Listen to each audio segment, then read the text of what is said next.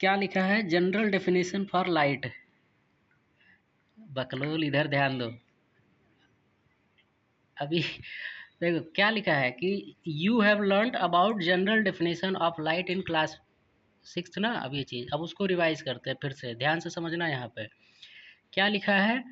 Do you play hide and seek? खेली हो छुपन छुपाई? खेलते हैं ना। हाँ वही चीज़ है जो लुक, क्या पता नहीं लुका छिपी होता है या छुपन छुपाई। तो क्या कहा है? If you hide behind a glass window, अगर तुम मान लो आर्यन जाके वो पर्दों के पिछुआ छिप जाए तो तुम देख लोगी? ग्लास विंडो के पीछे दिख जाए छिपे हैं ऐसे तो दिख जाएंगे? कैसे? क्योंकि ग्लास विंडो जो है इनको तो लगेगा कि मैं छिप गया हूँ, लेकिन लाइट एनर्जी ग्लास विंडो को तो पार करके आएगी ही आएगी, क्योंकि वो ट्रांसपेरेंट है तो आर्यन दिख जाएंगे।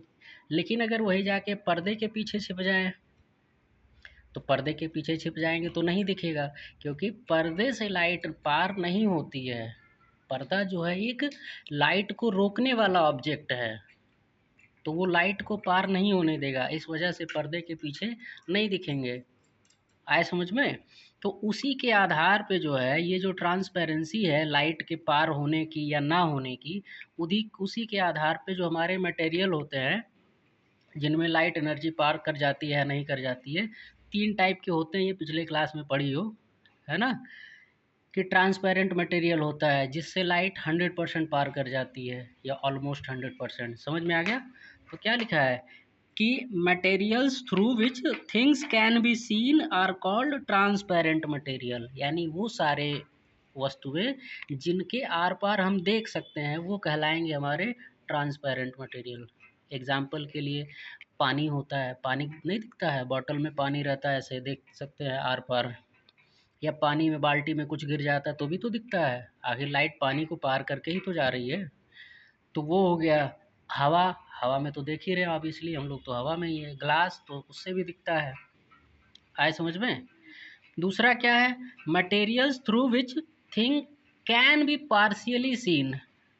पार्शियली, पार्शियली का मतलब होता है पूरा नहीं दिखेगा लेकिन दिखेगा, मान लो 50% लाइट पार हो जाए तो ऐसे को हम बोलते हैं ट्रांसलूसेंट मटेरियल। ये तो पता है ना ये सारा। ट्रांसलूसेंट कौन होता है? ट्रांसलूसेंट मतलब क्या है? मतलब क्या है? It means that we can not see things clearly through the translucent material. एकदम क्लियर नहीं देख पाएंगे। जैसे, हाँ जैसे विंडो ग्लास, समझ में आ गया? ग्लास का भी टाइप होता है, पढ़ाया था ना, 7-8 टाइप के होते थे। तो उस 7-8 टाइप में तुम्हारा एक विंडो ग्लास भी आता है। तो विंडो ग्लास जो है ये प्रॉपर क्लियर ग्लास नहीं है, ये तुम्हारा ट्रांसलूसेंट माना जाएगा। और मडी वाटर हो गया, मडी वाटर मान लो थोड़ा सा मटमैला पानी है तो उससे भी दिख जाती हैं चीज़ें। और जो पेपर होता है, पेपर कागज़, अब कौन सा कागज़? बटर पेपर, बटर पेपर और हल्का होता है। समझ में आ गया? तो बटर पेपर हो गया। स्मोक्ड ग्लास, तो एग्जाम्पल में क्या है ध्यान से देखना। फॉग हो गया, फॉग किसको कहते हैं?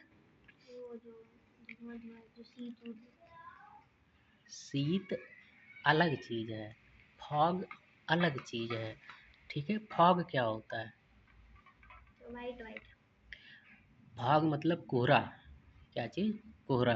ठीक है, कोहरा यानी वाटर वेपर होता है ना वो चीज़ जो ठंड में चीज़। हाँ, माइस्ट, तो ये भी वही है। ठीक है, धुंध धुंध धुंध धुंध, कोहरा और धुंध में अंतर होता है। कोहरा सुबह सुबह पड़ता है जिसमें वाटर वेपर होता है, और धुंध क्या होता है? वो एयर, वो गैस के क्लाउड होते हैं जो दिनों रात होते हैं। बड़े बड़े शहर में देखती नहीं हो ठंड में वो चीज़ कि पूरा दिन धुंध ही छाया रहता है, लाइट आ ही नहीं पाती है उसके कारण, इसीलिए पूरा दिन ऐसे लगेगा कि भयंकर ठंडी है। इसी वजह से जो बड़े सिटी होते हैं जैसे दिल्ली उल्ली, वहाँ ज़्यादा ठंड पड़ती है। कारण क्योंकि वहाँ पॉल्यूशन इतना ज़्यादा है कि उसकी वजह से स्मॉग, स्मोक यानी धुआं प्लस फॉग दोनों को मिला के क्या बनता है? स्मॉग, वो बना रहता है, जिसके कारण जो सनलाइट है वो पहुँचती ही नहीं है तो दिन भर वैसे ही ठंडी। समझ गई? अपने यहाँ तो खुल भी जाता है मौसम, वहाँ इतना नहीं खुलता, परेशान हो गए थे। माइस्ट, और एक तो ये स्मॉग जो होता है ससुरा इसे लटका रहता है, यानी ह्यूमिडिटी रहेगी वाटर वेपर तो ऐसे ही रहेगा, आँखों में जाएगा सांस लेंगे, देखेंगे, आंखों में तो जइबे करेगा, हर एक चीज़ जाती है। आंखों में जलन होती है बहुत भयंकर उससे, पॉल्यूशन के कारण। समझ में आ गया? फिर क्या है, बादल है, ऑयल्ड पेपर, टिश्यू पेपर, ये सारे तुम्हारे एग्जाम्पल है किसके, ट्रांसलूसेंट मटेरियल के। ठीक है, अब अगला, वो मटेरियल जिससे हम देख ही नहीं सकते, जो लाइट को बिल्कुल भी आर पार नहीं जाने देगा, वो क्या कहलाते हैं, वो कहलाते हैं ओपेक मटेरियल्स, हिंदी में अपारदर्शी, माने जो अपने आर पार जाने ही ना दे। समझ में आ गया? तो जो परछाई बनने का कारण है, जो हम देखते हैं ना किसी चीज़ का जो शैडो बनता है, उसकी सबसे बड़ी देन है कि ओपेक मटेरियल होना चाहिए, तभी शैडो बनेगी, अदरवाइज नहीं बनेगी। जैसे पेन देख लो, बन रहा है ना शैडो, हाँ इसी वजह से। तो ये चीज़ समझ में आ गया कि materials through which thing can not be seen, नहीं देखा जा सकता, वो कहलाते हैं तुम्हारे ओपेक मटेरियल्स। ठीक है, एग्जाम्पल के लिए metal, cement, coal, wood etcetera, iron खुद। ठीक, अब आर्यन को खड़िया के टार्च मारे तो पार होगा? नहीं पार होगा। अगर पार हो गया तो इसका मतलब आर्यन क्या है, भूत है।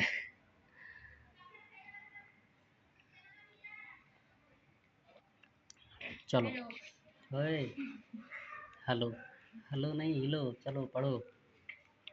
अब यहाँ बच्चा, ये बहुत इंपॉर्टेंट है, इसको समझना। रे और बीम, रे एंड बीम। रे जो होता है, एक लाइट जो होगी उसको हम रे बोलेंगे, क्या बोलेंगे, रे। ये सिंगुलर है, रे बोलेंगे। मान लो दो चार डस्ट हुआ है तो उसको रेज बोलेंगे, क्या बोलेंगे, रेज।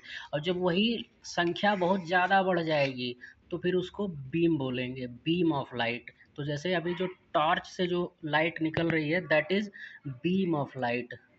समझ में आ गया? अच्छा खासा फोकस से निकल रहा है, तो ये कहलाएगा तुम्हारा बीम ऑफ लाइट। तो क्या लिखा है, द पाथ अलोंग विच, कहीं टिलमिला रहा है आर्यन,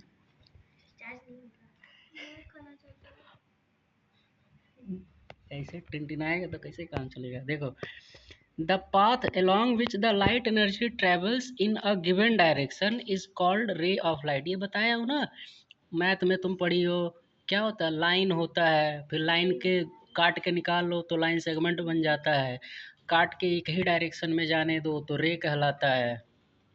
तो वही चीज़ लिखा है कि travels in a given direction, एक ही डायरेक्शन में जो ट्रेवल करती है स्ट्रेट लाइन में, उसको हम क्या कहते हैं, रे कहते हैं।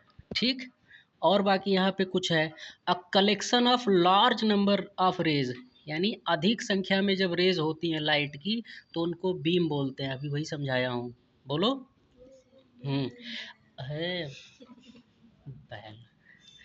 अब बीम भी कितने टाइप की होती है, तो अगर सीधी सीधी जा रही है, जैसे लेज़र होता है, लेज़र, लेज़र की जो बीम होती है ना, वो स्ट्रेट चलती है बिल्कुल पैरेलल, तो उसको बोलेंगे पैरेलल बीम ऑफ लाइट। आए समझ में? और अगर वो जैसे टार्च है, टॉर्च से अगर रोशनी फैल रही है तो वो कहलाएगा डाइवर्जेंट बीम ऑफ लाइट। कैसा, डाइवर्जेंट। और अगर एक ही साइड में इकट्ठा हो रही है तो it will called as convergent beam of light. तो यहाँ देखो, ढका गया ये ससुर। तो यहाँ, तो ये क्या है, पैरेलल बीम, सारी की सारी जो रेज हैं वो पैरेलल जा रही हैं, तो it will called parallel beam of light.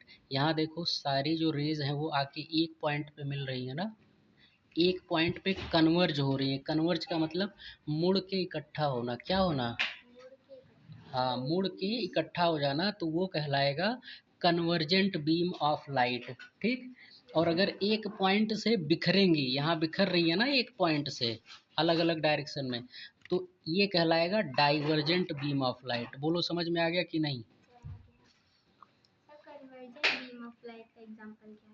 Convergent beam of light का एग्जाम्पल, कभी आर्यन मैन जो है ये लेंस से कुछ किए हैं, लेंस को ऐसे सन में ऐसे करके कागज वगैरह जलाए हैं लेंस से? नहीं, बताता हूँ। सोलर कुकर जानती हो ना, सोलर कुकर से खाना कैसे पकता है, उसमें क्या